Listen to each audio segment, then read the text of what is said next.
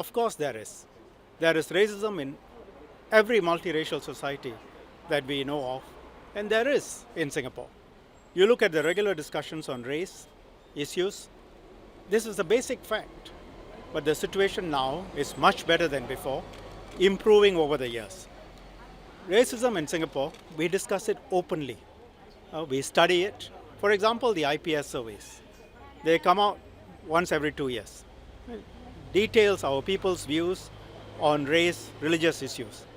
The latest IPS survey issued last week showed, in fact, a slight increase in perception of workplace racial discrimination. In some other areas of race relationships, there was some improvement, and that was published in the media. Racism is a key concern for MHA, other ministries. We want to build a cohesive society, but racism corrodes, deepens the fault lines in society. We do a lot to counter it, and we have set out what we do. The Nair siblings, like everyone else, had every right to raise the issue of racism, but the way they did it was not right. So I agree with their right to raise it, but question the way it was done.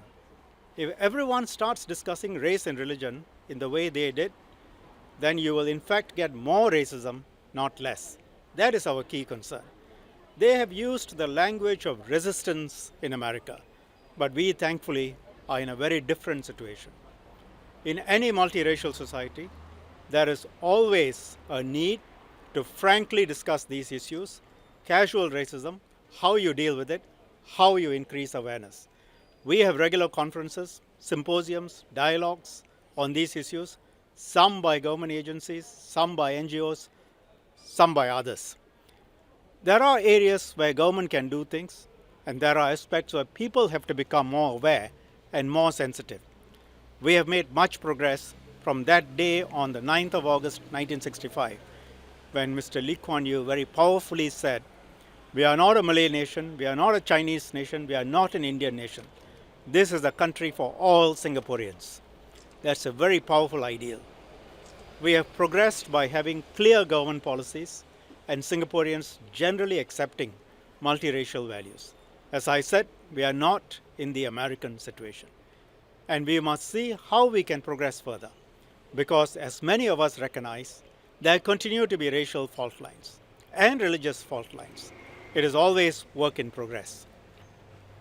The ad, it was in poor taste. Many disapprove it, and the people behind the ad and others need to learn from that, be much more sensitive. As we approach our National Day, there is much that we can be positive about as Singaporeans and look forward to further progress. I scan the BBC, other media every morning. This morning, the first 4 headlines in BBC were, first, Hong Kong police fire tear gas at protesters. Second, mass shooting in Texas leaves 20 people dead. Third, thousands flee Kashmir in a militant attack alert. Fourth, 600 arrested in Russia protests. I'm not saying the governments were right, wrong, the rights and wrong of the situations.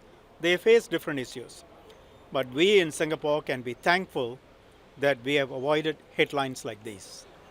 And we must continue to focus on getting things better, discuss issues openly, work on them.